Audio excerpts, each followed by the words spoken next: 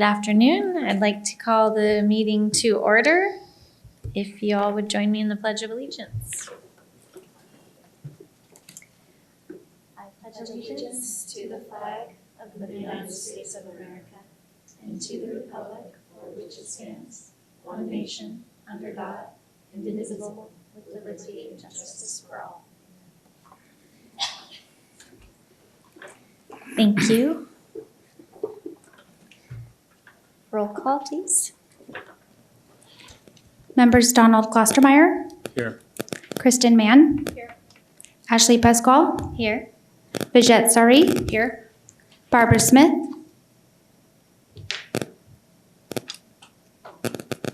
we have Barbara Smith on Zoom, Leslie Denny, Here.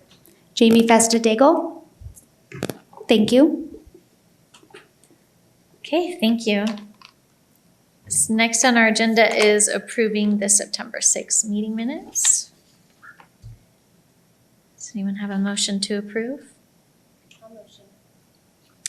I'll second. All motion. All right, we have a first and a second. Any discussion? All those in favor, say aye. Aye. Any opposed? Oh. Is she gone? Looks like she's rejoining. Okay. Okay.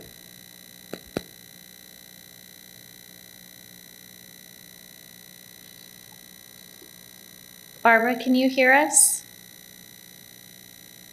Yes, I can hear us. Oh, great. I'm sorry you couldn't hear me. Well, we can now. Thank you. Good. Okay, so next on the agenda is a call to the public. Do we have anyone who wishes to address the coalition? Okay. Item number 6.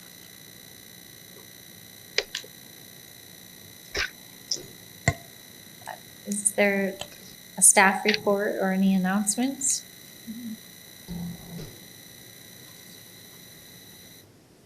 Nope, none.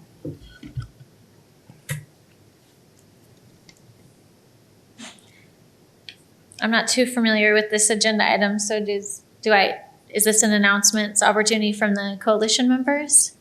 Okay. All right. Well, then we will move on to 7.1, which is our majority of our purpose for today, and that's to discuss the community resource request and evaluation process. So first, I will turn it over to Trina. Thank you. We're going to go through a presentation that kind of highlights the documents that we sent out to the members. The documents that went out to the members was a draft application, a draft scoring sheet, and an introduction or some guidelines for filling out the application.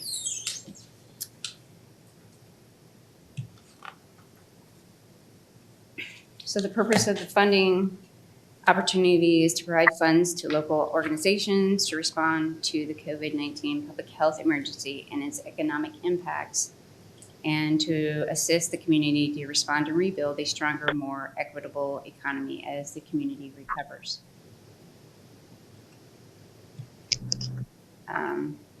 The funding projects, this was outlined in the resolution, it must be for food, housing, medical services, childcare, senior adult care and services, or other social services. The council designated $1 million to be used, up to $1 million to be used for these programs or projects. And the funds must be expended by December 2024.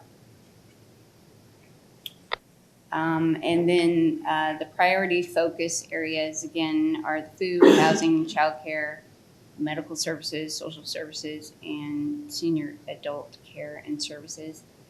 This item, I assume the coalition will want to, the members will want to discuss. if we want to prioritize or how we want to address these areas. Yes, so if we can jump in there.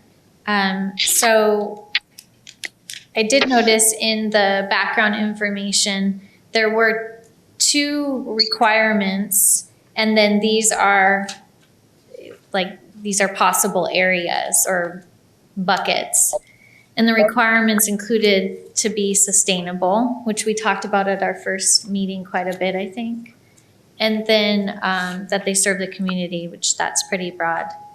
But I was wondering what you all think about, so there's $1 million in total, and we have these kind of 6 areas. What do you think about how that $1 million, would we want to see applications in all areas and potentially be able to recommend that funding is given to something in each area? Or what are your thoughts about that? Well, personally, I'd give them to all areas. I don't know how you could pick one and say this one's more important than the other. You know, it depends upon the needs in the community and whose life you're touching with that. So I can't see saying, for example, food is more important than housing or childcare or whatever. On that, I would say it's of equal value. It depends upon what we need here in the community, and I think it all should be looked at equally. That's my opinion with it. Go ahead. Because we don't know exactly who would want to apply for one of these grants, my thought was that we would do some kind of letter of inquiry or some kind of community meeting where we would ask potential applicants, is there something within these buckets that you would like to apply? And if so, how much would you need in order to proceed with whatever program you're proposing? And that way, you know, if we have, you know, one organization that says, I want to spend $1 million in senior adult care and services, we know like what the potential application process it could be.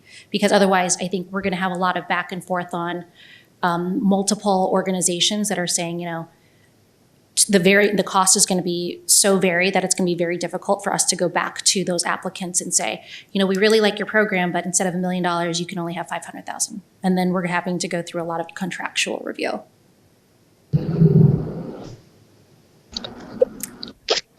You know, I don't think that these obviously can be just equivalent. We have to see what comes in. I think the inquiry is probably, the inquiry is probably a good idea, although we will probably have people that don't complete that, right? And I've wondered if we would have to go about this a second round if we get these. We pass along the grants and there's still more funding.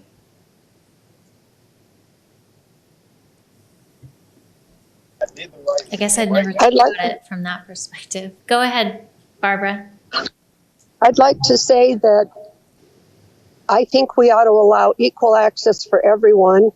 I don't think we need a general meeting to explain it. I think this cover sheet on the introduction basically tells everything. I think the application as we have it worded right now is pretty precise and designates everything they need to give us. I don't think we need to make this more difficult than it's already going to be. So I just wanted, Barbara and Don both said about equal access. Does that mean that do you think we should say, like, should people limit their funding that they're asking for if they think that we want to split it up evenly? I think right now we have the applications here that we can use for that. I know myself, I work in the field with all these things. I can't tell you food is the greatest thing. We got to put this at first and concentrate on that. From what I see, it's all these areas. And I think we should allow equality to all those things. And I can't see really putting something first, just looking at it, to be honest with you, for what we have here. And I think it's something that needs to go out, and we have the rubric here set to look at these things and grade them. So when a company or an entity goes ahead and they file their application, we're obviously going to look at this thing and find out what they're really doing in the community and what's happening. And it's gonna be graded, and I think we can look at that and turn it all in and go, hey, you know, this entity here on food needs the money, obviously. You know, like right now, I know the food bank needs money. Right now, it's getting what it was, but there's not enough food to go around Lake Havasu City. But I could probably go across every one of these housings the same way. Childcare is the same way. Adult care and services the same way. Medical services. It's all the same from what I see. And like I said, I do this every day in the field. It's not something where I come in here once in a while and do something. It's an everyday occurrence. And I see this all happening every day. And there's not enough food or housing or childcare in Havasu for these needs to be met. I think all of them should have that chance for that until we do run out of that money that we have. So I'll leave it at that. Like I said, to me, it would be to get these applications going, see who's signing up for these things. And I don't even need to make this thing too complicated where you have to be a grant writer to put the thing together. I mean, then you are going to start limiting it to more and more people that aren't going to be able to fill that thing out. And I think until we get it out there and see who's filing for these things and what they're doing, and at that point we can see, are these people real? Are they really serving the community, or is it just somebody that wants some extra money to put in the pot? And I think it's something to look at. And I think with our board here and the other people we have associated here, that we can see and make sure that money is being used for what it needs to be used for in Lake Havasu City. That's what I see from it. And I mean, you guys are welcome for your comments on it. Like I said, there's no way I could put that as I could say a medical service, depending upon what's happening to the person, is greater. There's some food. Obviously, if the guy's in an accident right that second, Yeah. I want to get the help to that person. But I can't see categorizing these as 1, 2, 3, 4, 5 and having 100 meetings on these things. I think, to me, the thing is getting the applications out. And I don't know if we want to put an amount to these things or see what they're requesting to. Because like you said, we have the $1 million, and I don't know, obviously, I don't want someone obviously saying, hey, $1 million, here you go. But I think it can be distributed throughout Lake Havasu, depending upon what the needs are. That's kind of what I'm asking is, do we put a dollar amount or because if someone applies for $1 million, Well, I think they can apply for that, but maybe they only get $10,000, I mean, I think that's something for us to look at and see what their plan is and what they are spending per year, obviously, just like any other business. Obviously, I doubt we're going to go out there and say, hey, here's $1 million for this entity. I don't see that happening. So, and I think that goes back to my question. I by no way want to limit the applications that we have come in, but what my concern is, let's say we do get an application, in your example, for $1 million, and then we say that we're not going to fund you for $1 million. We only want to give you $10,000.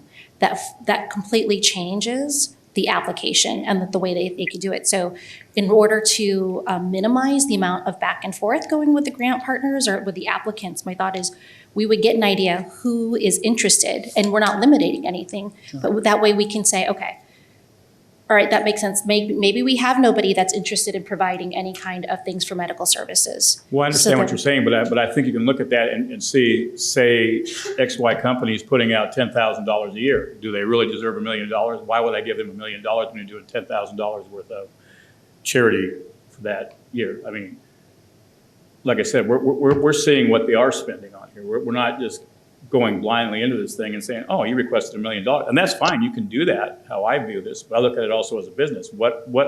How are they touching the community? Where is the money's going to? And how much are they actually putting out at this point? Granted, they may not be able, maybe they need 20 and they only can put out 10, but like you said, if they filed for $1 million, they're obviously not at that point. It'd be like buying the food bank $1 million worth of food tomorrow and saying, here you go. What's it going to do? It's going to rot and it's going to fall apart. It ain't going to go anywhere. And I think that's why we have the board here, is to look at these things and see what these entities are actually doing in the community. Look at what their job costs are. See what they're actually doing. So I don't think you're going to go anywhere with that. As far as obviously everybody would want to file for $1 million. Everybody would file for that. But I think to look at the reality of what it is and what they're actually putting out and where it's going is what to look at. Like I said, if they're putting out 10 grand, there's no way they need $1 million. Maybe they need 20. But I just don't. To me, it's common sense to look at that and look at their financial report and go, here's what we're putting out. So Vijay, I have a question, because you've worked with a lot of grants. So if you put something like that out, what do you traditionally get back?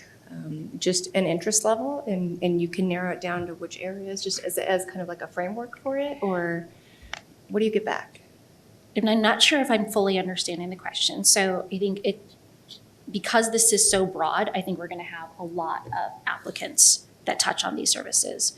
My concern is I don't want to have to be the one that says, yes, your application is great, but I can only fund you for 50% of what you're proposing.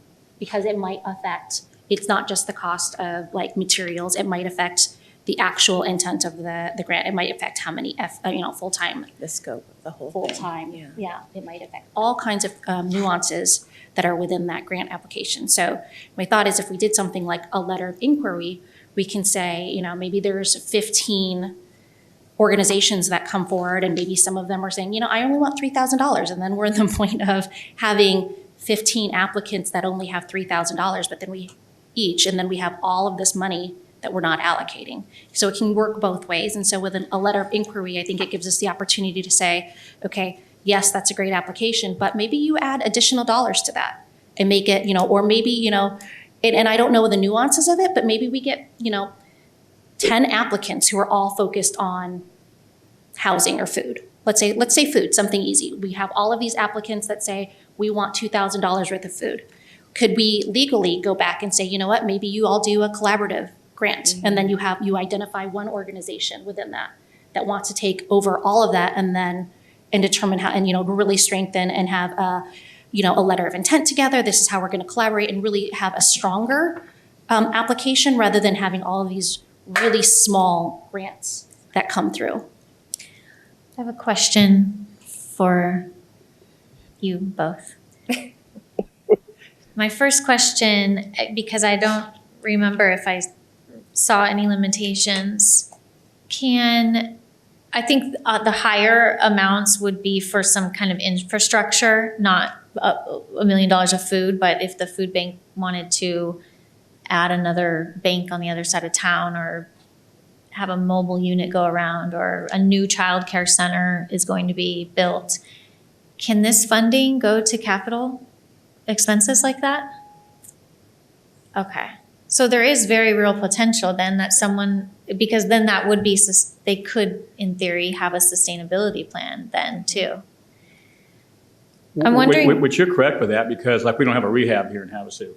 Everything goes outside of Havasu and ends up in Kingman or Bullhead or something like that. So just for an example, that I agree with you 100%. That person may need $300,000 to do that. But like I said, I think we need to look at every one that comes through. I'm not going to spend all my time looking at $2,000 gifts to somebody working out of their garage. I don't think that's what we need to look at. I think we need to look at the track record of that individual. And that's why we have this rubric and stuff out here to look at these things in this application. Not, like you said, if 500 people want to do a $2,000 deal, I disagree with that. I'm talking about those who are established here, and they're going to be the ones that are going to go out and distribute the money to the guy that needs some gas, the guy that needs some food. I don't think that comes to our jurisdiction per se. I'm like her. I don't want to spend my time here going through $2,000, grants. I don't think that's what we're looking at. I want to throw out an idea then, to just merge the two. If we move forward with the application process, that might be also the submitting their interest, obviously. And then we can have a conversation based on what we get. People might be frustrated if we change it up after that, but maybe we don't have to. Is that possible to be done? If we go through the application process and we move forward if everything is good, but if we only got, applications for senior services and we want to see what else is out there, can we kind of do a second round? I think as long as you clearly spell out what your process is going to be and what the possibilities are, then that's a potential. That wasn't clear enough. No. Yeah. I mean, I think, as long as we're making it clear, not only here, but as part of the application process, like you could submit and there'll be a review and you may get further instructions or X, Y, and Z, whatever that looks like. I think as long as we can mute that. Can somebody file for this more than one time? I mean, let's say and I'm just going to use the food bank. Sure. Say they come in and say, okay, you get 10 grand here, we give it to them, and they come back 6 months from now and say, hey, wow, with the recession going on, all of a sudden now we got another 1,000 people here. Can they refile for that stuff? I can't say yes or no to that. I mean, I think the belief is going to be $1 million it's a lot of money, but not a lot of money at the same time. And we're going to see a lot of applications come in, and that money is going to be spent really fast. So if it's not, and we have to go through another application process, great. And then yes, there really aren't a whole lot of limitations at this point in time. The board can say you only get one time, or if we have a second round, anybody else interested, everybody can apply. I mean, I don't know why we would limit it. But I don't see that happening. I see we get applications and it's going to be for probably over $1 million. We don't have to be explicit about that right now. We don't have to say this is a one-time application. We have the freedom to move on if we need more, if it's all in one field. If that's the case, then why don't we start with the applications and see what we get? I agree with you. I mean, can we make a motion to go ahead and go forward with that then, on the applications? I think we can do it by consensus. Yeah, So- we don't need a motion necessarily Okay. right now. We're just kind of talking through some of the points. When we get to the application and the board, once you're happy with the application, you'll direct staff to move on. Vijay, did you have any comments? No. Okay. I don't know if, Barbara, because I can't see you, just jump in when you have a comment.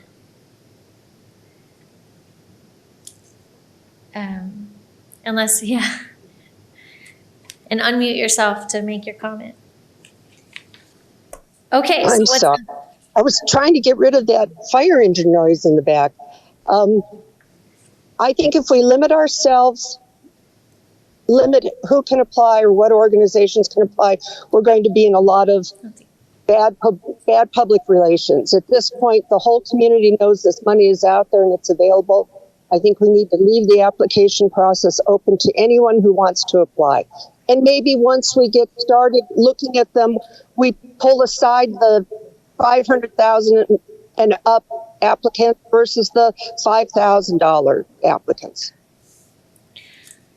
Well, I just want to clarify that I don't think anyone has said they're limiting to one organization or another or one area over other. I think the conversation just has been about if we're going to ultimately want to split up the money evenly across the areas, we should do that now. But I think we've moved on from that idea, and we'll see what we get in terms of applications. Did I say anything that anyone disagrees with? Okay.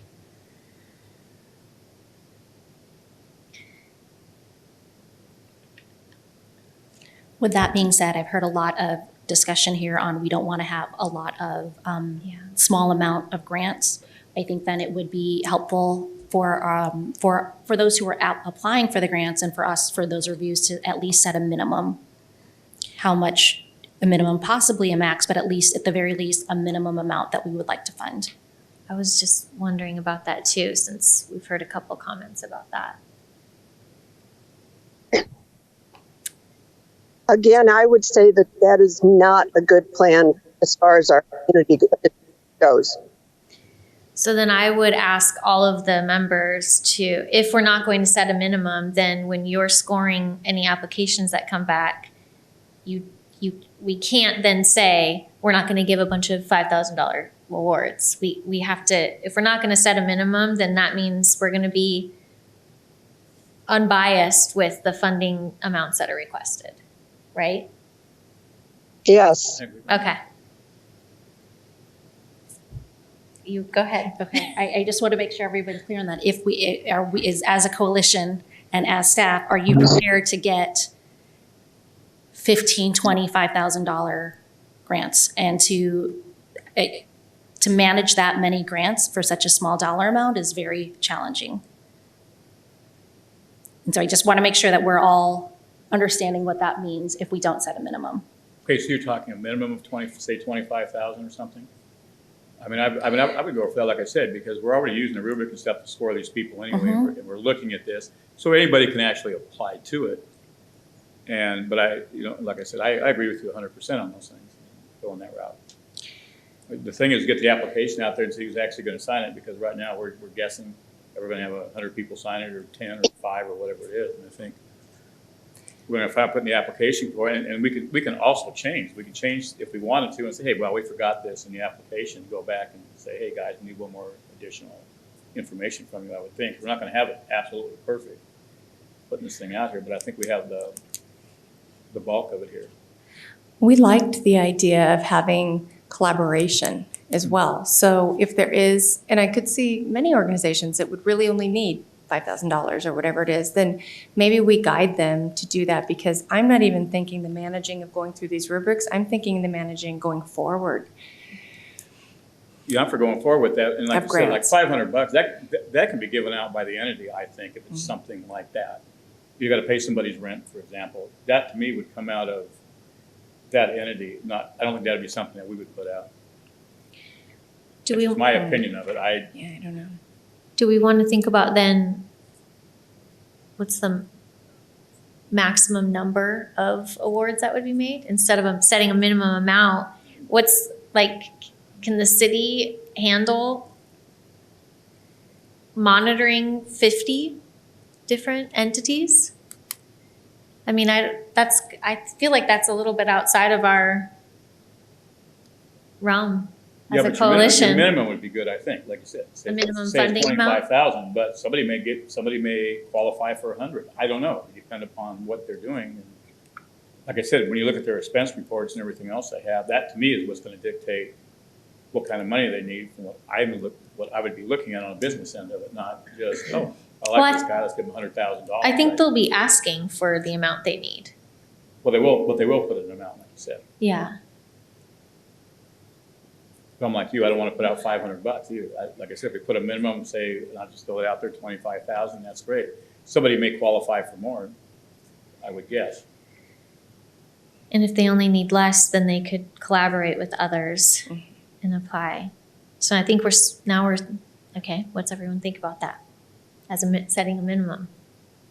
Well, can I ask what you've done before with grants? Because to go back and monitor those is a lot of work. We don't do any grants at all.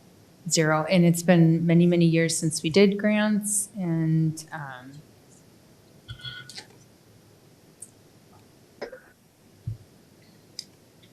I just feel for the sake of the city trying to manage this later, it's a lot of work. Manpower.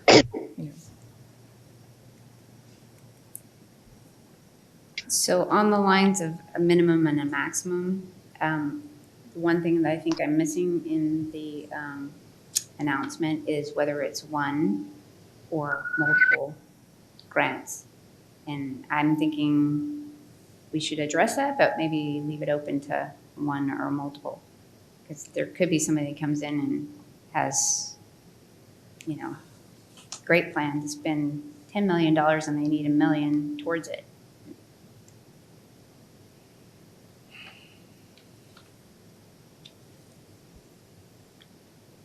Well, I think if we want to cover all of those areas, we have to be mindful of the fact that we can't fund one and cover all of those areas, right?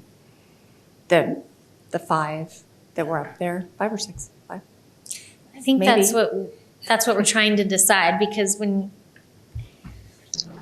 are we saying that it'll be multiple awards, or could it be one?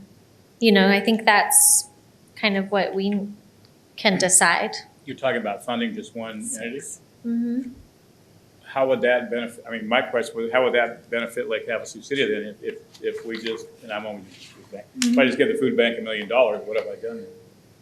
People can have food to eat. Right. How about Well, people you're that need addressing medical? one of the needs that's listed here, and we haven't Pardon? prioritized. That would be addressing one of the needs, and it would be meeting all the criteria. And if our coalition doesn't set any parameters, and they're the only one that applies, I'm just trying to think, we might be really setting ourselves up Well, if I we can agree don't. with you if one person applies and nobody else does. Well, that made it I guess too you win the easy. money, here Yeah. you go, but, Yeah. I'm looking at the thing broadly around all of Lake Havasu City. Like I said, I work in this. This isn't something that I'm just gonna do the food bank. I mean, there's plenty of homeless out there, there's plenty of drug addicted people out there, there's abuse out there all over the place. And so if you're gonna say, I'm gonna give one thing the $1 million, or that's a potential, I 100% disagree with that, because your needs are throughout the city, it's not just one area. And I think we need to leave that open, and I don't know who you'd give it to, like, I mean, I guess you could give it to any of them, but I think you're only meeting one part in our city instead of touching the lives of everybody in the city that could be touched. Obviously, we only have $1 million, and you can't do everything, but you could help. Yeah. But I liked your minimum, that I did like, I thought that was great. But I think there's a lot more to go out there than just one or two entities to give the monies to, what I see. I think if the expectation, though, is that we're not going to give it to just one, then we need to say this will be a multi-distribution grant, because there could potentially be a nonprofit or some organization that says, yeah, we absolutely have the ability to touch on all of these.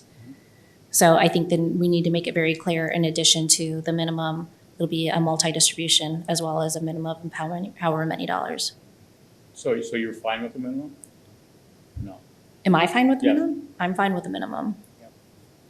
So- I would like to see the minimum down to $10,000, not 25. I don't have any opinion on that. My only thought is if we set it, then we have something there to state that you might want to think about a collaboration with others to do the same thing with you to come up to this amount. I like that. And by saying that it will be, have we all agreed that there will be more than one award? Definitely. I Okay. agree with that. Okay. I cannot see us giving $1 million to any one organization and fulfilling our mission on this.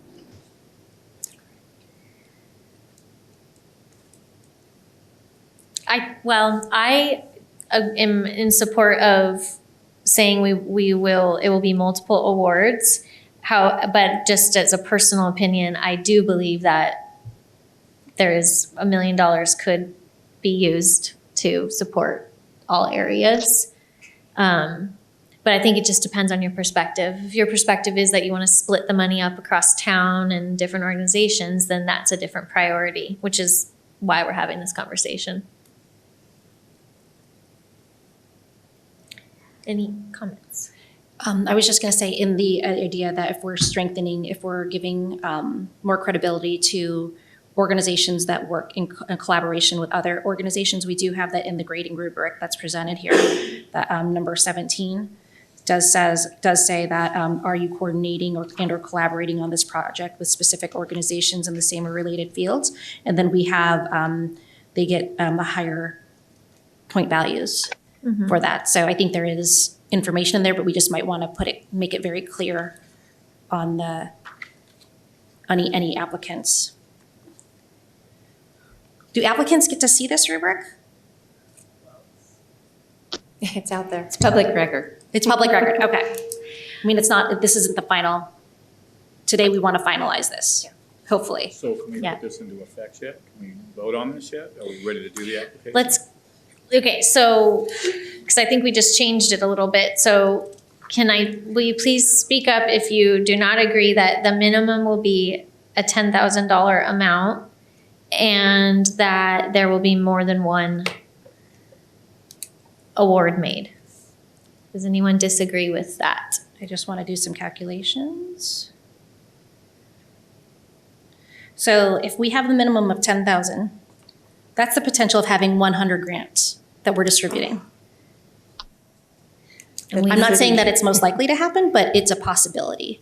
And I want to make sure that as the city, we're not spending more money in oversight of $1 million than if we were to say, let's up the minimum.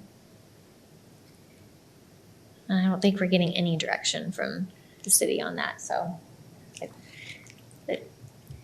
I think that's a really valid point. I would prefer less. Yes. So do we want to move it up to 25,000 and let it be an encouragement that I think you that collaborate with others to get to this point? I personally don't think so, but Okay. I'd like to hear, because not everyone very few probably will want the minimum, but I'd like to hear what others think. Nothing? Chrissy, so you're saying move to 25? Or- I'm thinking larger than that, not an aspect of each individual that would apply. Maybe this would encourage them to collaborate with others, which that has been part of the city's thoughts, I believe, and, trying to have this. I'm kind of on the 25 myself. That is a lot of money, but I guess my perspective is to manage those grants later is tough. I mean, that's the minimum. You may have something else, like, like I said, let's just say we build a rehab here. I mean, my vision would be more of a central location, like go to San Diego or something. They have 1-800 hit home. Here you have nothing to call. You have to know who these people are to call. I mean, there's all kinds of things you could do. You could do, like I said, a central organization where people call in and they're directed to where they go. I mean, you can go on and on with these things. We definitely need a rehab here. We do not have it. Like I said, everybody's shipped out of town. Maybe people like that. I don't know. But we don't have helps here that are that a lot of smaller cities even have. And I think there may be a person who needs $300,000. I don't know. Maybe they build that rehab or do something. I'm just throwing these things out, and I think it's something that the city needs, but we don't have. We do have a lot of things here that are really amazing, and I appreciate those people and what they do in the town. But on the other end, too, there's a lot of things we don't have. Like I said, we do not have a central location to call. Like, you call the cops, you call 911, you're going to get somebody out there. Most of your larger cities do have a central agency that you call. I use 1-800 hit home, and that's what you have, like in San Diego and stuff. You call up, that thing's taken care of. Obviously, it's a whole different thing. We're not touching people with food and stuff. There's maybe something we can't even do. I don't know. Which would be all great ideas for if people are, like, that's what we don't know, what people would be wanting to do. Probably the first thing to do, I think, is get the application going, see who's even going to sign up for this thing, and we could do a minimum. If everybody agrees on 25 or 10 or whatever you want to do, I wouldn't go that route. But All right, well, let's check in there then, because now we're talking about increasing the minimum. So, and I know Barbara was the one who suggested 10,000. Barbara, after the other conversation, do you have any comments? No, I would still stand by my 10,000. I think if you ask Kristen, I believe she was part of the group that did the survey of how many nonprofits there are in the county, and I know that excludes some of us, but there are over 600 nonprofits that they can recognize. And I don't think we need to let those smaller ones not be able to get in. That's why I would suggest 10,000. And the thing is, there's a lot of overlap in those. So when my students did that whole database of combining, I don't remember the exact number now. I want to say it was like 334 or 337. And some of them were very small, some were large, and the larger grant requests will offset the small ones as far as doing them. But I guess I see a benefit of having them collaborate to do more together instead of maybe repeating things. So I'm not adverse to the 10,000. I'm adverse to the city having this wonderful gift and it burdening them later. So, Which would mean making sure that the money was spent how they said it was spent, and that whatever else is in the evaluation piece of this.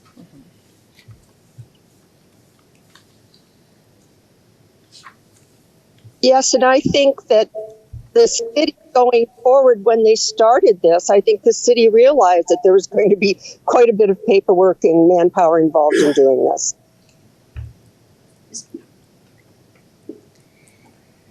Well, like I said, we're On the reporting is very, for the ARPA, it's actually not terrible. It's annual, and as long as they're recipients, it's not as cumbersome as most grants. And I guess 100 would be the worst case scenario if everybody did 10,000. so that's, you can do that, is what you're saying. Okay. Okay. Does that alleviate your concerns? yep, as long as they can handle it. Okay. I think, it'll be clear, there is this rubric, once we get to it, it'll be clear that we are scoring and waiting for, I think it's like 25% of their coordination. So that will hopefully be a motivator too. Okay, what's the next slide? Funding priorities, I think just whether everybody agrees with the priorities or if we want to change them around or add something different.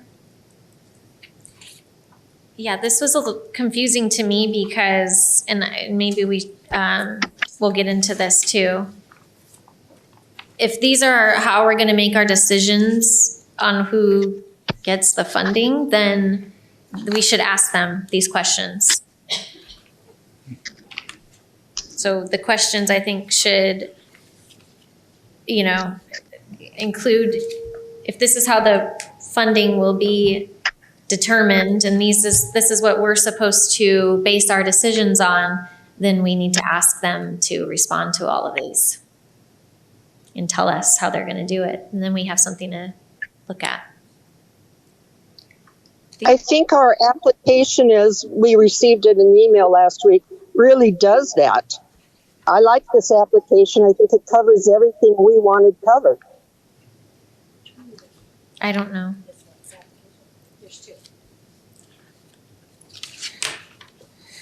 Which one are The we one looking at? was, the one was the one Don had brought last meeting, so I wanted to include that. But I took what, the direction that I was given from last meeting and made this, the second one there.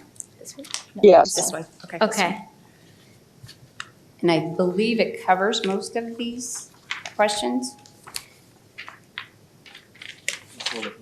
Okay. So then what's on the next slide?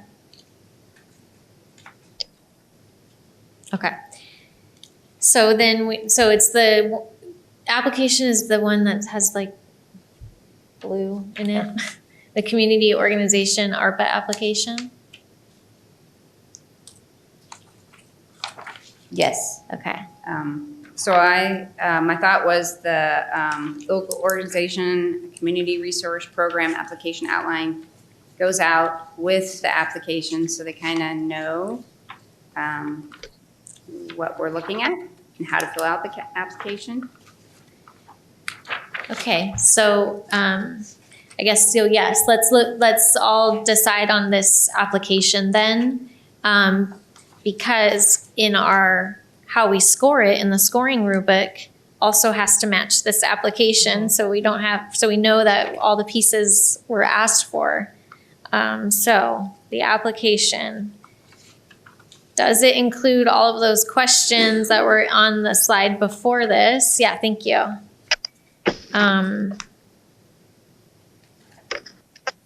I believe it does.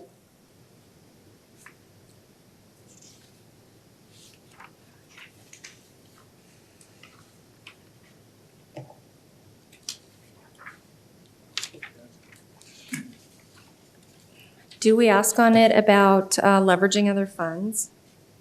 I see local need, I see the others. Yeah, I don't see anything in here about, We could add that. Where is it on the rubric? so will you go to the next slide?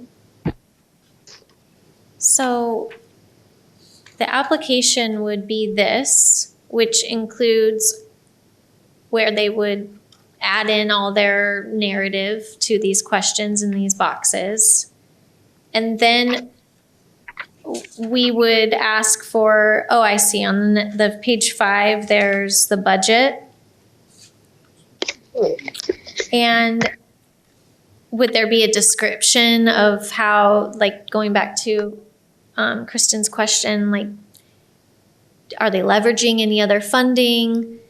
The only place it addresses that would be in the other funding on their budget. Oh, I see. But we could be more direct asking that, or we could not have that as a priority.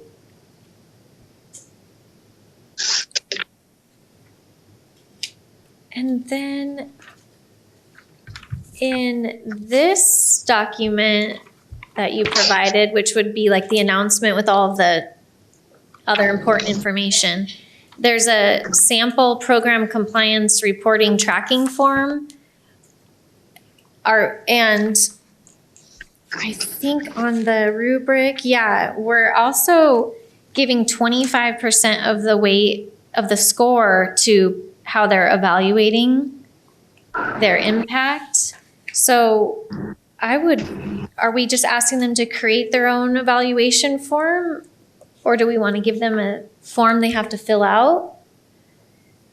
How are we going to, This form was more intended, I think, for compliance tracking for the city to track the funding.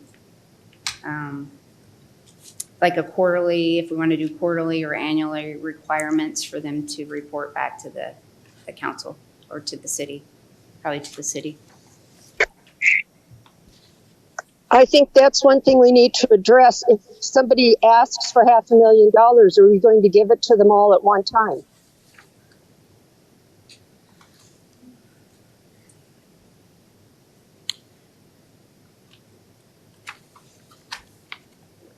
I would think we these would. are, I don't know what your capacity is. Are you able to do deliverable? I mean, are you able to do, I don't know. So I'm They gonna, will be recipients for the recipients of the money. So yes, it would be paid in advance of their program. And then they would report to the city how they spent or how they were meeting their goals for the money. Okay. Can I pause there and just ask a clarifying question? So that actually in itself sounds like a lot of work. So when you say that ARPA doesn't have a lot of requirements in order for funds, when you tell me that now I have to track how much they're doing and are they actually doing like, surveying, creating their own evaluation form, and telling us in response to the city, whether it be the city council or the city as a government organization, that in itself is a lot of work. And I just want to make sure that we're clear on that if we get 100 applications for $10,000 each, and we're like, yes, every single one of those, are we prepared to say we are going to look at the evaluation for every single one of these applicants on a quarterly basis, as well as look at their financials? The city's requirement is to report annually, so we don't have to have it quarterly. And reporting back to the city is more for the council's benefit. The program itself is what I'll report to the federal government. That the city provided X amount of funding for this program, and it's supposed to do this. I don't have to report, as I read it, I do not have to report back how they did it, but. And then the actual reporting from the recipient is just self-reporting on what they've done, right? Yes. Okay.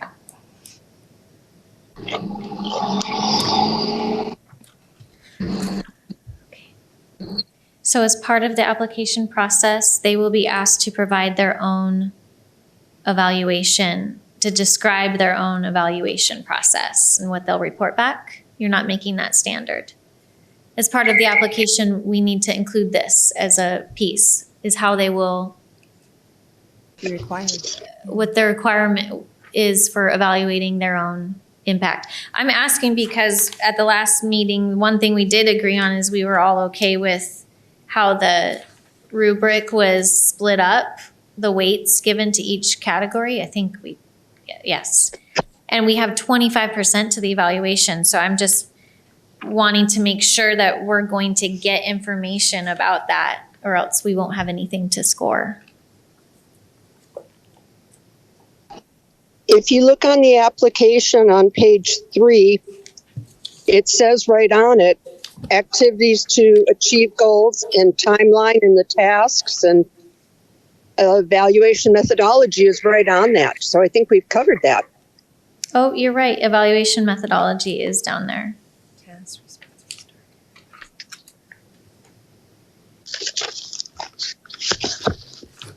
Okay. Maybe we could because provide it's them. so broad, I don't know how you create an evaluation for something that can be so different in a request. Unless you have something that's kind of global or generic. But I don't know just right offhand how to create evaluation for something we don't know what we're going to get. And they can, someone can say, see attachment and provide their own, here's what we're going to do, their own tracking. Okay. And then last time we talked about wanting to know, having some kind of way to base how they work within the community. And we talked about letters of recommendation being required.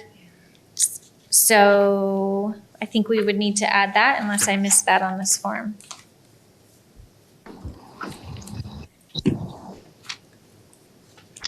It would need to be added. It's not on here. Thank you.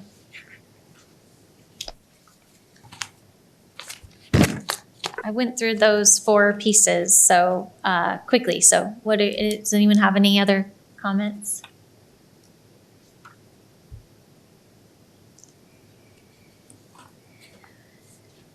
I would like to ask Trina if the rest of the coalition members agree. There are questions, and we should talk about the rubric too. There are questions on the rubric though that if we're going to be scoring them based on these questions, then could you just make sure that they're in the application? Is everyone okay with that? Yeah, okay, Yes. okay. And Ashley, how do we confirm or convey to them that those couple of things? We need letters of recommendation and then your plan, and if you are granted funds, you'll be required to show the status, right? To show the growth. Yeah, I think that that's important that that's in. Let me check my understanding. This program and application outline will be put out there for people to read and decide to apply. And then that will say, here's the application you have to submit with this. And in this application, it needs to say, add letters of recommendation. And then I guess maybe if I don't think is it clear in here that they'll have to report back in a year or annually?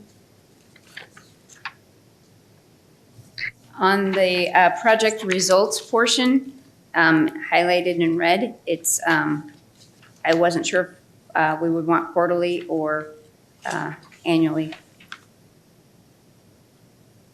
Oh, I see. It's right here. Yeah, so that would say annually, which might just be once if they have to have all the funds Well, I spent. think if we put it annually, we probably coincide it with when the city is, at like a month before the city has to report. Maybe you would want to put that in here so people can plan. Yeah. Yeah, But I didn't know if it was going to be quarterly or annually or what. So I will add annually, and then I'll put on or by a date. does that address your question? Okay. Yeah, that's perfect.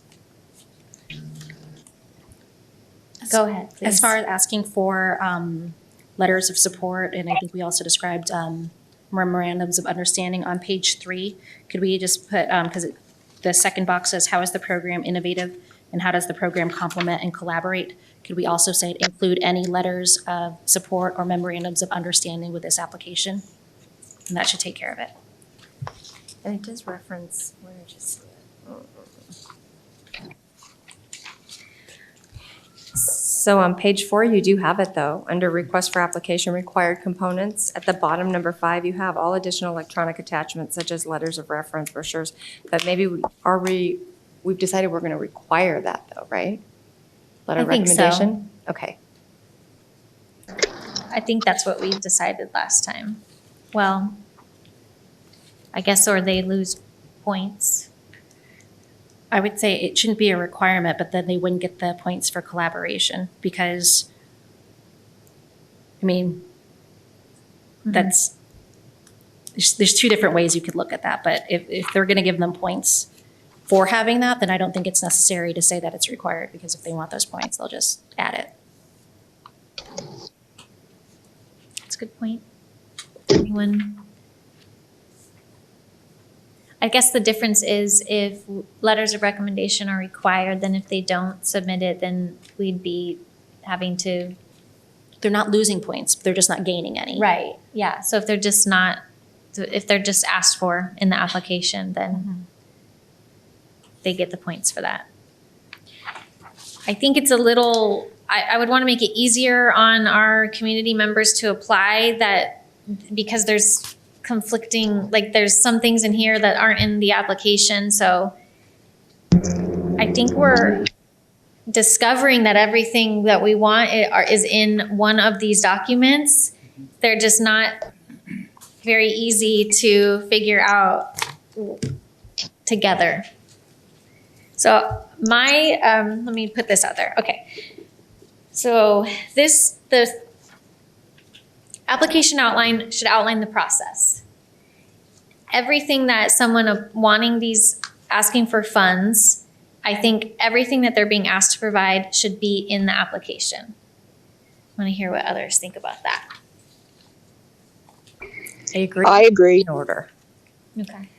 I think it's all there, and I don't want to cause anybody more work, but you'll probably get calls if it's not Clear. corresponding. And I would hate for someone to say, oh, I didn't know that, and now we have to not give them the points for that because it wasn't clear. I think, Barbara, you said you agreed too? Yes, I think this is something that Trina and her staff could definitely look at. You know, I'd like to see us pretty much finalize this application today, so that we can get a working document here that really is close to what we're going to give out. And maybe that way, before our next meeting, Trina can double check and make sure that everything matches back and forth.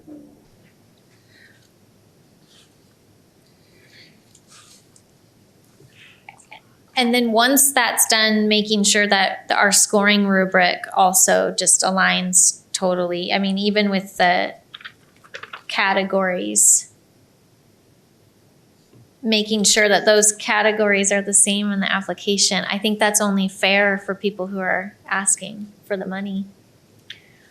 I say that I like this rubric. I think the weighting is fair based on our conversation. What if we just say, could you just base your application like under demonstration of need? Question 1, clearly identify the community and leave that your community need you were addressing. Blank spot. And then, those kinds of things, sustainability, identify your sustainable, your grant activities after the grant period, blank spot. And that way we can just go, okay, question 5, they got a 3 or a 4 or a 5. And that's way it's very clear. So it might be shorter answers and less narrative, but at least it gives them the opportunity to answer every single one. Does that make sense? Yeah, so basically, this is your question, like the grant is describe the community need you're addressing. You're talking about the application. Yes, so turn your grant application into, The or both. turn your rubric into the grant application. Yeah, just mimic exact. That would be great.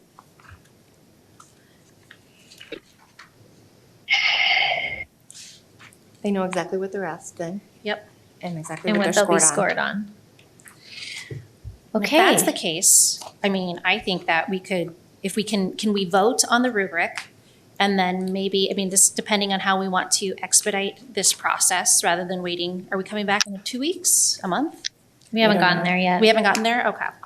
Sorry. Just wanted to get that. I know, I do too. So Sorry. let's do it.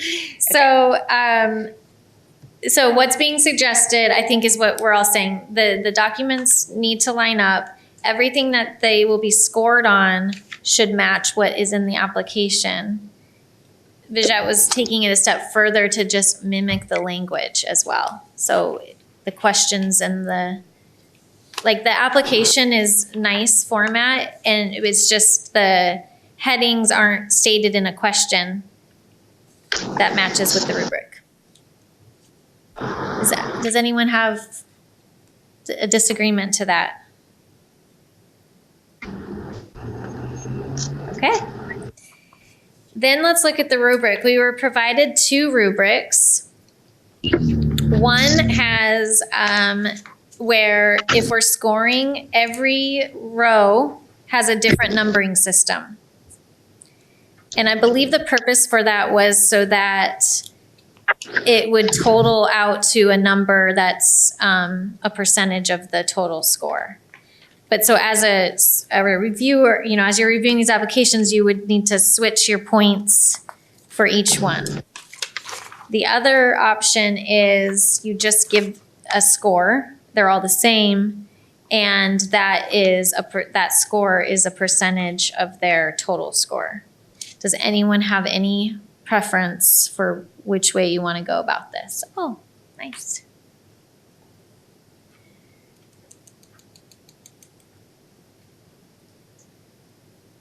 The one I just put up there was a suggested one with the combined.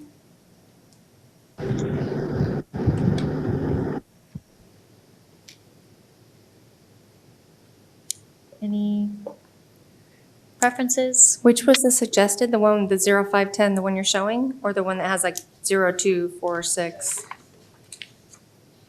Where you bulk each of the questions together for one total? So this is the one that was sent out in the package that had it split out, each line as a score. And then I got these as a recommendation to combine them as an overall score for that section. So one question would be, do you want to read these and score the answer to every single question? Or do you want to score it as so altogether, does this describe the community need or their budget or whatnot?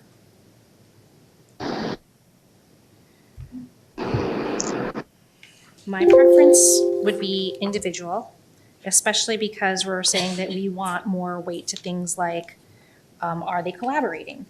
So like, let's take the last section, partnership, coordination, and innovation.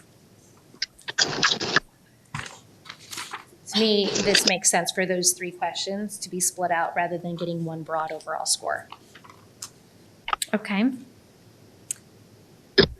I agree when there is more of a differentiation, like on sustainability, where the highest is 4 for one, 4 for another, and then 7. I feel like being more detailed, unless we're going to have a lot of notes on there, is probably the most fair and the easiest to go back and look at if we have a question. I think it'll take time up front, but it'll be more transparent. With the Yes. individual numbers, okay? I think it'll definitely be more transparent. I want it simple. I also prefer the individual numbers. Okay.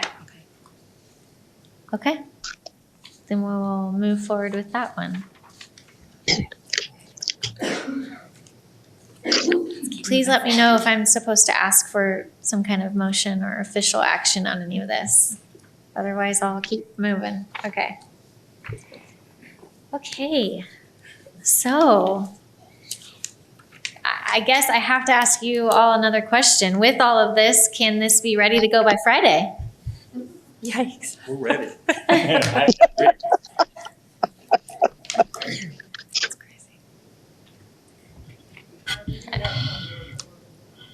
I mean, that depends. I think we can work on it and we can get it done and make the changes. It's whether or not you want to see it again as a that's right. coalition and approve it, or if you think you've given us enough direction. I mean, we can certainly send it out to you, but you can't collaboratively reply to us and let us know, yes, it's okay, or no, it's not okay. If one responds back and says, no, I hate this is horrible, we would know. Obviously, we'll have to have another meeting, but if we don't schedule that now and we're trying to schedule it on Friday, that could be a nightmare. So it's completely up to you. I think we understand what you're saying. We understand the direction. We're going to take the rubric and we're going to outline all the questions in the application. But I just feel like you'll want to see it one final time before we send out the whole package. Just as even just another set of eyes to look it all over and make sure we've got everything. I think that I What's that? heard Barbara say that too. Yes, I agree with that. Okay. This was a suggested timeline, but kind of shows how quickly we get into the end of the year, giving people time to fill out the application and provide it back, and give us time to then get it and look at it. So I don't, should we just go ahead and schedule our next meeting to review the application? I mean, are we comfortable looking at it by email and then, if needed, try and come back together for a meeting? But if everyone individually replies that we're good, then we don't need a meeting. I'm just throwing this out there. How does that sound? Or should We're just gonna get an email, then we're gonna look at it and say, hey, I think this is great, and then we can go ahead and have this thing done by Friday or whatever. if that would be Instead of that would having be a the meeting on smooth it. sailing. Yeah, I think so too. I can't see having a big meeting on it. unless I mean, if something's you get totally- back questions from individual members, we would have to come together to talk about it again. I mean, we could make corrections, like we have a typographical error, we need to reorganize Yeah. something. We could definitely do something like that. But if somebody asks, well, I don't really like this question, or I want to rephrase this question, well, at that point in time, we're going to have to come back to the coalition. So we can definitely try to find a date or a couple dates today that work. And then if we need to have a meeting, we'll have a meeting at those dates. If we don't need to have a meeting, that's great. We'll get it sent out as soon as we can get it done and get everybody's responses. I have a couple of questions, things I'd like to see changed on the application itself. Okay. On the first page of the application, I'd like to see where it says physical address. I'd like a line in there that says own or rent, which would lead to whether or not it's a sustainable organization. That would show how dedicated they are to this. And I think the very first line on that first page should have an applicant name and the amount requested as we show on the top of the rubric. Can I reply to that? Yes. So as far as whether or not the organization owns or rents, and that leading to the idea that that's a sustainable program, we already have 3 questions and that are in that address sustainability in the rubric, and none of those ask, do you own or rent the facility that you're working out of? And so I think that we would have to create another, we'd have to recategorize that question. And I don't necessarily know if it's necessary to know if, does owning versus renting lead to sustainability? I don't believe so. I don't agree with that comment. I don't either. If you wanted something on, I mean, you could even see if they had a long-term rent, but I don't know that that matters in these days, you know? I don't think Well, we it's just a suggestion, and that's Yeah. why we're a committee of 5 members. We Yeah. don't all have to agree. That's right. Thank you. Don't think we have consensus on that one. I do All right. like the idea of adding at the top the total amount requested. So at a glance, Yeah. when we're reviewing all of them, we can see that. Is everyone else okay with that? I agree with that. I agree. Thanks for that. Did you have other suggestions, Barbara? On page 2, why are we asking for the geographic areas served along with brief overview of the population served? Can that not be combined into one? So we are going to go, I mean, we're going to restructure the application to match the rubric. So the questions in there will Right. be the questions in the rubric. So those will be changed to match the questions. Okay, Okay. that's fine. Then can we just have a discussion on, do we want this to be the cover page? Like, is at a glance, this is what I want to look at? And I think adding just cost of program would be helpful. Yeah, that was suggested. Yeah. Yeah. The only other thing I Yeah. could imagine adding to this is if we want to say, like, just at a glance, if we want to identify the buckets on here so that like when we're pulling reports and having discussion, we can easily say, okay, we've got like 5 applicants who are in childcare, 8 that are in medical services, like just add the categories to the That'd be title beneficial. page. Okay. I'm hearing a lot of yeahs, and I agree with that suggestion too. So we're I asking. agree also. Okay, great. We're asking for another box up here that's, this isn't the right language, but what bucket, which focus area does this fall under? Just it would help us when we have them all. Thank you. And I think it should be Yep. okay to say you can choose more than one category. Yeah, I agree. And you want that on the application and the rubric, or just the application? Just on the front page, just on the cover page. Yeah. Were there other suggestions about the actual, visual of the application? The only other idea I had was that I would like to see us include a checklist at the end of this, just as a reminder. Have you included your budget? Have you included your goals and objectives? Just a quick checklist of the main objectives of why we're going to be distributing this money.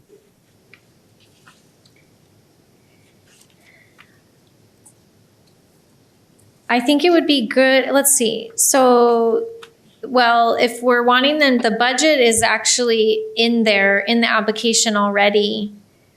Maybe a checkbox though that like, have you attached your letters of recommendation? Or any evaluation tool. I think those would be the only things that aren't just in this application Right, but already. I want to remind people to make sure, just give them another reminder of what they really need to be including, the most important things, the references, their budget, those things. Okay, one against that? Okay. All right, anything else?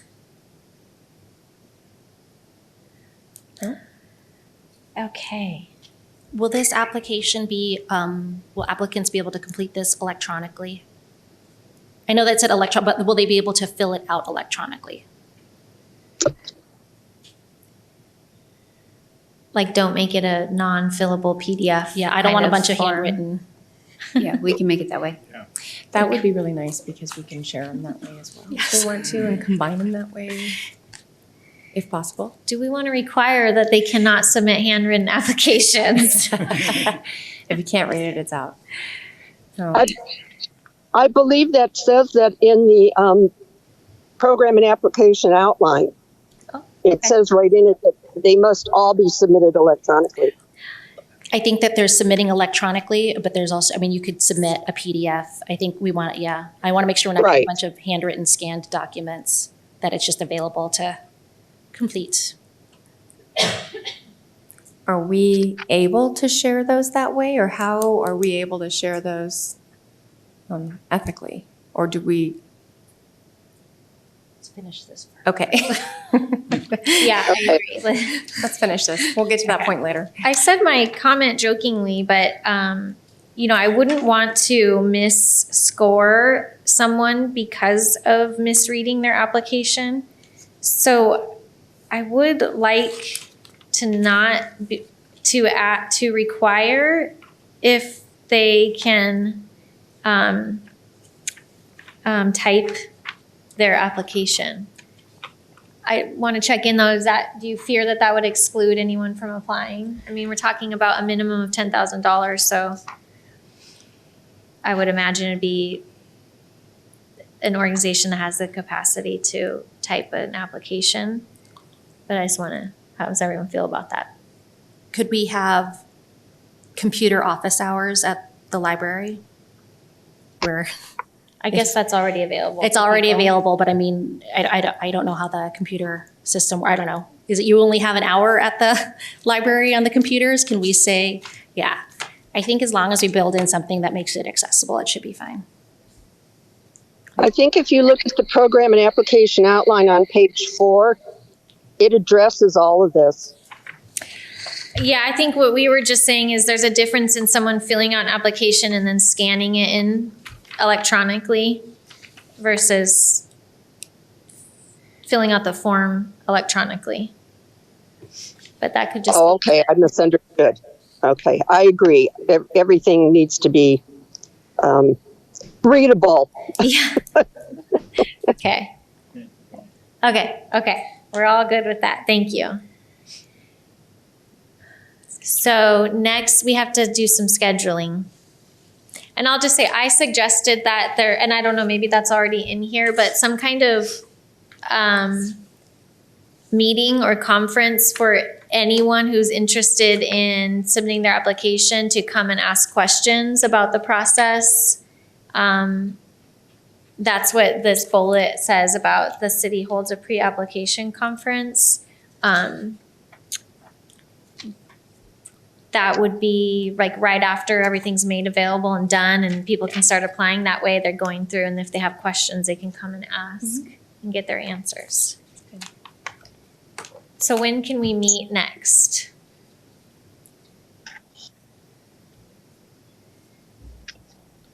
And I'd like to clarify, are we meeting next to do a final overview of the application that we're putting out there? I think we wanted to send a just in case, or schedule a just in case email, meeting in case the email situation doesn't work. Okay. So that would have to be very soon. Should we do that Monday, where if we get it emailed before, then we know that we have to, that we'll be meeting Monday? Is that I already possible? have a Monday meeting, October You do? 3rd, Yeah. for Community Resource Coalition. Was that like a date we picked? Yeah, none of the dates we picked at our last meeting were Oh, we're good. accepted. So that one is Something a out. conflict. Okay. I guess I would ask for what are the options that we can look at, the Yeah. earliest option. So the earliest, if you wanted the next day, Tuesday, October 4th is available. I have a list of dates. So if you want to, if there's a date that you have that works for the members, we can take a look at this and make sure it will work for the room. Same time. Yep, we could do the same time or what works best. I'm good for Tuesday, the 4th. And this would be our just in case meeting. I'll just need to call it, and that's fine with me. I'm good with it.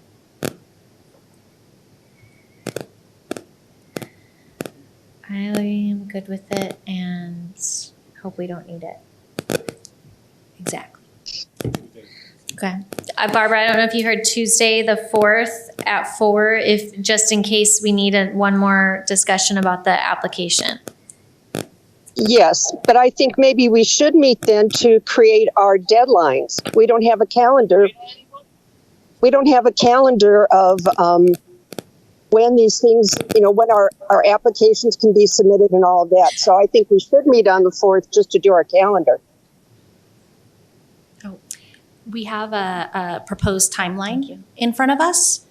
And so according to this calendar, it would be, are we saying, so with this, we would push back this first date, but the city would hold a pre-application conference to respond to questions and provide clarification for potential applicants on October 14th, 2022. These are all really rough dates. One, we don't know if the room is available, and then we know for sure none of us are available on the 14th. So we would push everything back. So this is just a rough kind of timeline that we'd try to fill in the best that we can based on the availability of the room and can your you- availability. Can you do that on the application when you send it to us? Yeah. So that, because the application will have to include The dates. the dates. Okay. Do we need to vote on any of this? Are we good? Well, I think, I guess, I'm sorry. Yes. I'm sorry. One question would just be, so now all of this is kind of coming to a head right in the holiday season, which is extremely difficult usually for people. And so right now, even if we're just looking around that December 19th date, I don't know if that is going to work for the coalition members. And if it's better just to say, hey, we're going to give the applicants until the first of the year, and then once everything calms down a little bit, if then you want to start meeting, But that's totally based on your availability. I mean, we wouldn't go any further than probably the 19th into the holidays to try to schedule any types of meetings. Can you refresh my memory on what the preference was on fund distribution? Was it January? I think just early in the next year, Okay. in 2023. I think that many of the organizations that are likely to be applying for this are going to be busy during November, December. So that's a very legitimate point. What do the coalition members think? I mean, so we need to establish a due date for our application.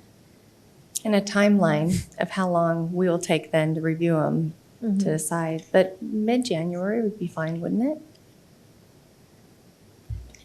This is so Barbara, on the screen that we see is a draft of the timeline showing that we would have, and this, we may need to adjust if we get a very few or a lot of applications, but generally a few weeks to review. So if all of these dates needed to be pushed back, still with the goal of very early, like if it's not January 30th, then February. Actually, I prefer to keep these dates. I see nothing wrong. We're only not even to the 1st of October. If we could open this application process in early October and give them until the middle of December to submit their applications, I think that's plenty of time. I would like to say that I'm looking at this timeline. So if we do get 100 applicants, you're asking me to review 100 applications in a 2-week span that covers Christmas Eve, Christmas, and New Year's. And I'm going to say no. So to Barbara's point, if we did still ask for them to be submitted by mid-December, it would give, then extending the review time into January. Could we have the month of January to review and hold the meeting to total scores? I think we can do whatever we want. So if that's your suggestion, then what do others think? The month of January to review. Sorry. I think we're making an assumption, we're just giving everybody $10,000. I mean, No. I think, Well, but you have to. well, you know You what I'm have to. saying, if you're talking 100 people, I'm looking at something different. I think we can meet that timeline myself. I agree. I like the timeline that is on the screen. I do like the applications being earlier because I feel like people need this money to get started on this. It's just when you go into that couple of weeks in December and it gets rough. It's going to be tough for staff too, as you're getting closer to Christmas in this room. It's just going to be tough. But we'll definitely go from this timeline and we'll try to schedule the best that we can, but realize that it's probably most likely that we're going to have your meetings and your reviews probably in January more than mid-December or end of December. Okay. But let us just look at it. Let us see what comes in and gauge the numbers and gauge the availabilities and we'll try to work together. We've had a lot of difficulty scheduling even just our meetings here now in September, October. So we'll do our best. And is that something that can be emailed to us with the application, the timeline? I think we can establish once everything's approved. I mean, we'll have the tentative in what we send you. If it gets approved and we don't need to meet again, then we can finalize whatever that is. We'll have it posted for the 60 days and we'll have that due date set. And then from there on, you'll have whatever time it takes to evaluate them. I just think that the people applying for it will want to know when they might get the funding.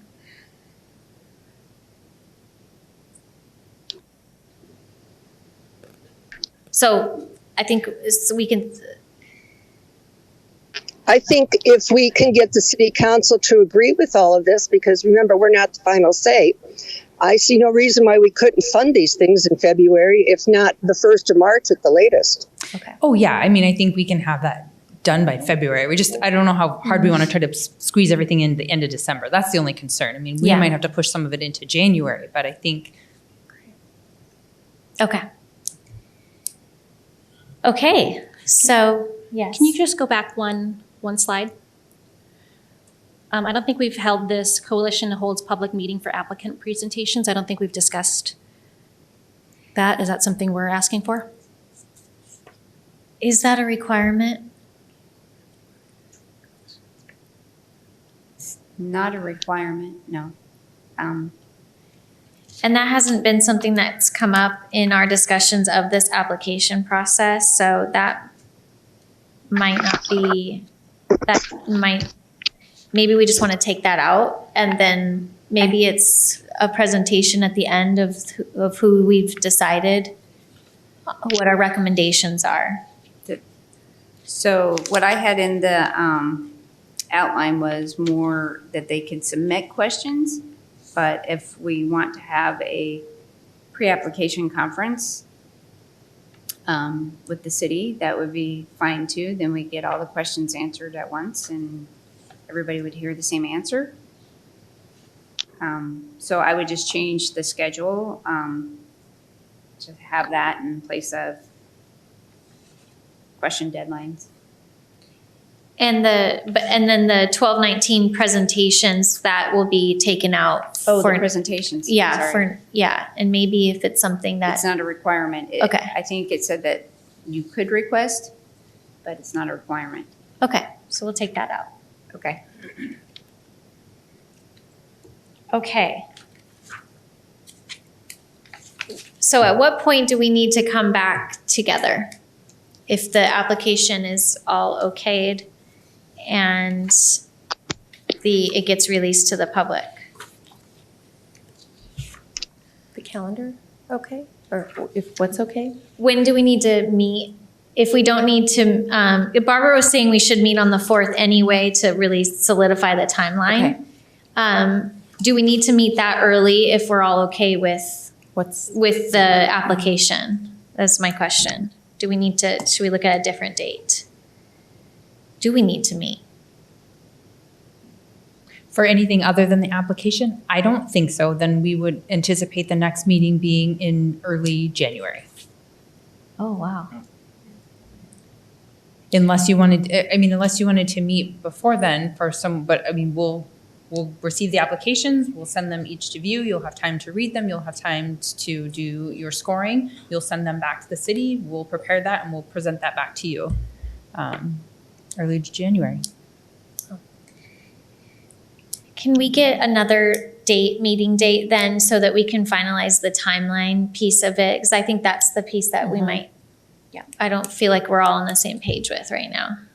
And that October 4th, I would have to call in as well, and I don't know if you want, if Vajette and I are both not here, if you want that kind of, maybe Don will be the third chair and he can run it or something, or if you'd rather just find a date when we can be here.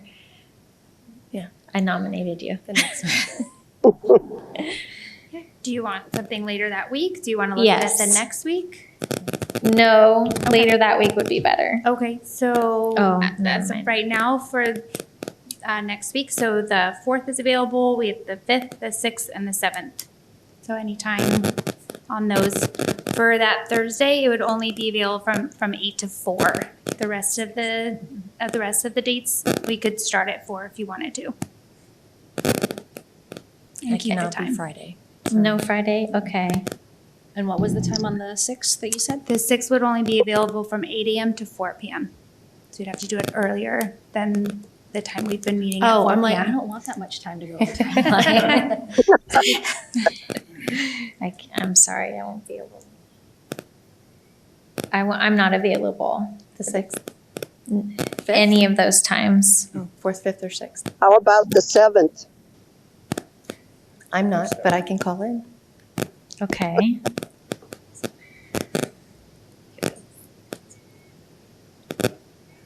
Can you do a midday on the 7th? Can we look at like noon or something?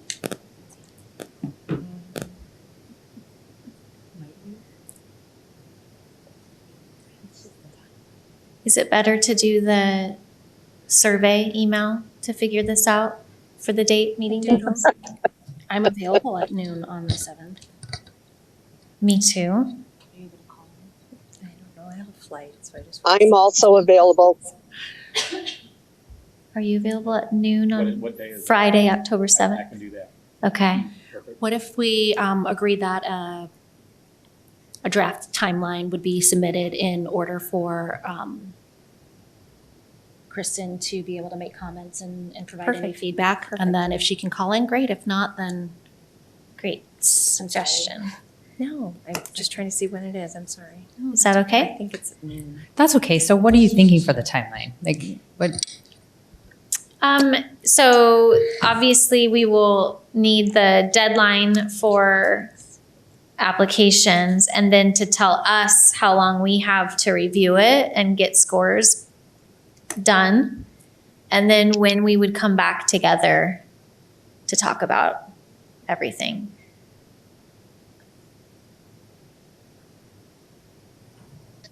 I think that at a minimum. And then if you have a date for when you can, if we have a pre-application kind of meeting just, I guess that would be also included. Is that achievable? Oh, gosh, yeah. I mean, I Okay. think we have kind of an outline of in our minds what that is going to be, but the exact dates, no, because. Okay. and then I guess as far as reviewing the actual applicant, I know that we said please provide concise answers. Are we going to put like a character limit on it? Because if we have to read 60, 40-page applications, that might take a little bit longer than if we say, hey, each one gets 3 sentences.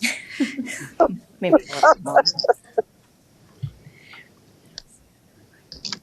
In which case, then having 3 weeks to review all the applications over Christmas and New Year's would be more feasible than if we have just leaving up 500 characters or something. Yes, and I think everybody's thought on what being a concise statement is very different.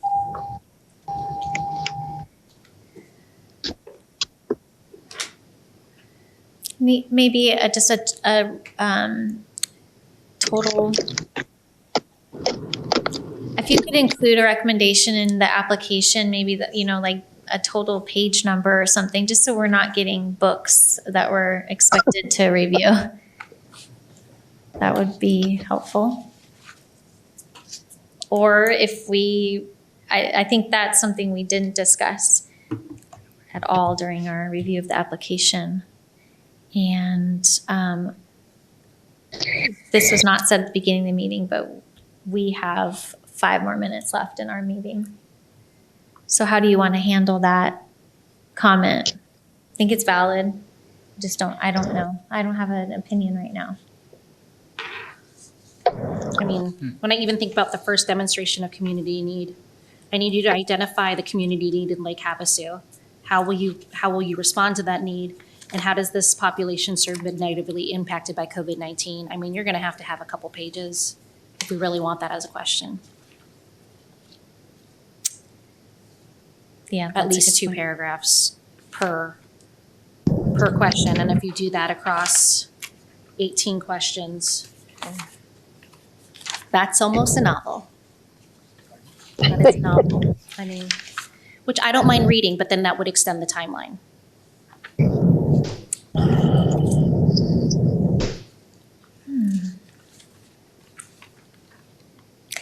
I think it would be wise to set a page limit. Then if they need to expand more in one question or another, that's up to them how they want to complete their application. But we have a maximum page number so that there's some consistency and,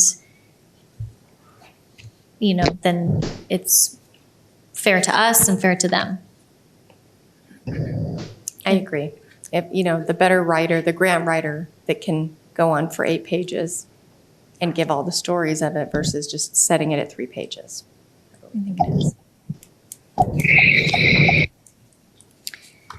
So our application right now with no information in it is 5 pages. So, I would imagine we'd at least have to double that and make it 10. So times that, however many applications we're looking at, we're going to have a good chunk of time to review. Yeah. And I want to make sure that it works in with staff's time and that we have a room to look at these. Do you want the 10 to include any attachments, or the application itself is the 10? I would say application itself. I agree, because then the letters of, that are added to Letters it. of support would just be an addition. Are we okay with that? Okay with that. Okay. You got it. Should we limit the number of letters of support? Yes. I think, What do you think, December? I yes. feel like I just got more great. 3, does 3 sound like a good number? It does to me. 3 sounds good. As a maximum? Yes. Is that, and does that include memorandums of understanding? Or do we want an addition? Yes. Yeah. 3 documents max. 3, Okay. yeah. People can get creative. Letter with appendix, MOU. Well, that's one. Okay, all right. So we have a just in case meeting time of Monday, October 4th. No, did we? Yeah, I'm sorry, Tuesday, October 4th. And If we need to, at 4? At 4. In case we need to just do one more conversation about the actual application. If not, we will still meet at the end of the week on Friday, October 7th at noon to finalize our timeline. Okay. So with that being said, that means they won't be posted until following that meeting on October 7th. If we're not going to finalize Oh, the because the timeline timeline needs to be until included in the October 7th. application. Unless, Mhm. so that's why I'm saying, like, we generally know that, okay, as soon as we get the applications out, that starts the 60-day period. They have 60 days to turn it in. That'll be roughly the beginning of December. Then you'll have a full month or so to review them, and then we'll schedule that first meeting in January. If you need more time after that first meeting in January, we can always schedule more time. That sounds fair. And then Yeah. then we'll make the recommendation sometime between January and March to the council, and then it'll be in their hands. Okay. Could we I know still I know you want exact dates, but Yeah. to keep it going quicker, it would be quicker for us just to, like, these are the general dates, and So the we'll windows. have them down pat by the time we Mhm. send it out. But then if we wait until the 7th to talk about the timeline, well, then we can't send the applications out until after that. So that sets it back actually 2 weeks. So can we still just get that timeline that you just described in Yes. writing with the Yes. application? Okay, and then we'll go from there. So the only problem would be your availabilities, but generally Mondays at 4 seem to work. So if we can find a Monday at 4, not really, Yeah, I'll make it work. okay. And if it totally doesn't work, we have to move to a Tuesday, then we can. But if we have alternates too. But yeah, Mm-hmm. Okay. Okay, I think we're at the end. Can I make a motion to close the meeting? Yes. Do we have a second? I'm not sure if it was open to the public, the item. Oh, thank you. I'm sorry, this was a public hearing. Does Oh. anyone would like to address the coalition?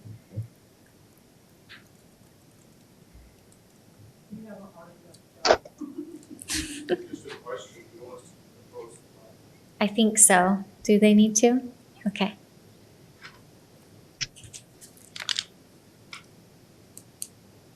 I'm just finding out about the availability of the funds myself. First of all, I feel sorry for all of you. And number two, $1 million is a very small amount of money for even a city as small as this. One of the things that you could cause a lot of work for yourself is when you use the word monitor or self-evaluation. What if somebody doesn't do it? You give the money, you do your homework before you give the money, and you hope they do the right thing with the money. But if somebody doesn't do it, what are you going to do? Arrest them? Fine them? So you have to be careful with that. Figure that out. The other question I have, and I just heard it mentioned briefly, does the organization have to be negatively affected by COVID-19, or can it be any organization that wasn't affected by COVID-19? Thank you. Can I ask a clarifying? Oh, go ahead. Yeah, I was in our, please correct me if I'm wrong. In our document, I believe it's just that the organization needs to be addressing an area that was affected by COVID-19. Yeah, that there, thank you. Perfect. But not the it doesn't say anything in there about the organization itself. But the funds will be used to help those within those buckets that have been affected by COVID-19. It could also be the population that you're serving. If the population that you're serving was affected economically. So it says that, but it's also supposed to be forward thinking. So preventative measures, is that what you're saying? Yeah. So if we were to encounter another pandemic, how would this funding help those from falling in despair? Would be Correct. another way to look at it. Okay. Thanks for the question. Hi, my name is Frankie Lyons. I am the CEO of Veterans United Arizona and been here 10 years in the city serving our community and our veterans. My biggest question is, how are you going to prevent people from going agency to agency to agency to get the same amount of money for what they're asking for? There's got to be accountability in there with networking between the two. So if they don't go to United Way, they don't come to us, and they don't go to Salvation Army and get the same amount of money. Because that'd be triple dipping, and that's happened before, and we need to make sure that we keep on track with that. And then if you start doling out the money, if you give it all at once, that doesn't give them any motivation to make sure that all their paperwork is done in the first quarter. If it's on a quarterly report, just have them send it in. If you don't look at it until the end of the year, that's up to you. But at least quarterly, it keeps them on track that they're going to be responsible for that money coming back. And there should be some kind of retribution if they don't use that money the way it's supposed to be. Concerns. Thank you for your comments.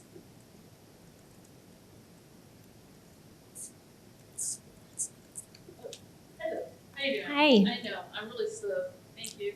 And just so, I'm gonna say the same thing I say whenever I walk up to the podium. You guys are all amazing, and I appreciate everyone being here today. And my name is Bonnie Toy. Hi. I did have a question regarding the whole process. You guys are talking about grant fund. I guess I'm slightly confused on the process of what you're doing, because is grant money different than what you're getting or what you're giving out? So like you already have the money there. Why, honestly, do they have to have such a huge process for you to say, this person needs that help and they get that help? And how does I guess I'm really not understanding the process. And your whole application thing sounds really way more difficult than it probably even has to be. can I address that? Yes. Okay. So grant funding, this is the money that was designated from the council. It was part of the ARPA funds that the city received. And they designated $1 million of that. So that was grant money from the federal government. And typically, yes, the requirements for reporting federal dollars is different than us reporting how we spent, like, say, sales tax. So that's why and then the council also designated this $1 million to be used in certain areas, like food, housing, medical services. So they want some accountability for that. And also part of that was that the program needed to be sustainable. So in the grant application, yes, it is quite extensive, but that we're evaluating that, the program itself and the sustainability of that program, because that was a requirement of council. Thank you. Thank you for the comment and question. Thank you. I think we're trying to keep it as fair and unbiased as possible, and kind of, we have to get our language down as far as if we're calling it grants. Did or- that I not just don't answer- understand that if you guys already have the money as the city, then you're giving it out as a different entity, We're not not the city. We're not giving it out as a different entity. We're providing it as, these organizations will be recipients of this grant funding. Okay. So we're not offering, they're not sub-recipients, I guess. They're receiving grant money though. Okay, but so you're making their requirements different than what you've already had to deal with from the federal government? We will have to report to the federal government how we spent these funds. So part of that is making sure that these are programs that meet the requirements of the federal government. So they have requirements on how these funds can be spent. And so part of the application is reviewing that, looking at, is this meeting the requirements of the federal government on how we were told we could spend the money? Okay.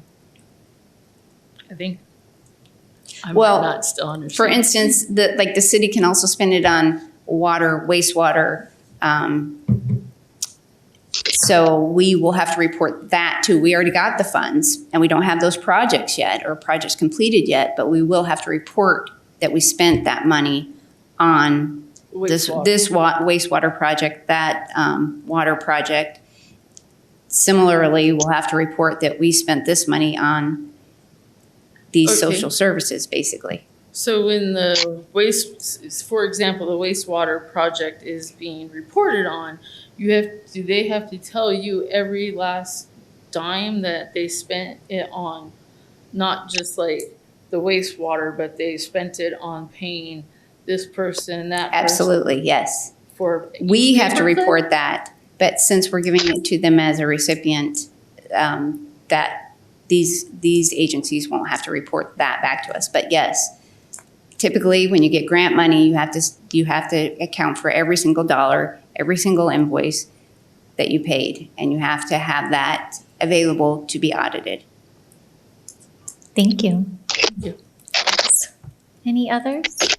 Can I just suggest for a future discussion item, I am concerned that the gentleman came here and said that he didn't know about that this was available, so I want to make sure that we add on what we're doing to advertise I or wrote that to down promote too. the grant application process. So on our October 7th meeting, or we could talk about that as well. I think that could be part of our timeline, just the rollout process. So on October 4th, or are we still going to have the meeting October 7th? October 4th is what we're tentatively scheduling for the application. If we're going to, do you still want to have a meeting? I'm not available for on- the October 4th for that Okay. kind of discussion. So I think it should be okay putting it on October 7th as part of the timeline. So like this is going to be released and this is going to be our process for releasing this request for grant Okay, application. so we're not going to release the application until after October 7th.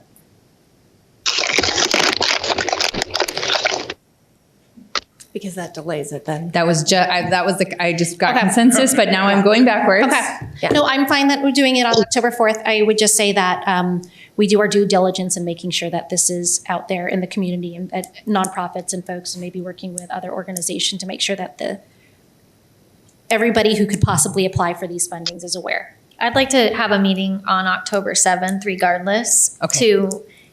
They can still go out and we can also give input on additional ways to advertise it. Perfect. Okay.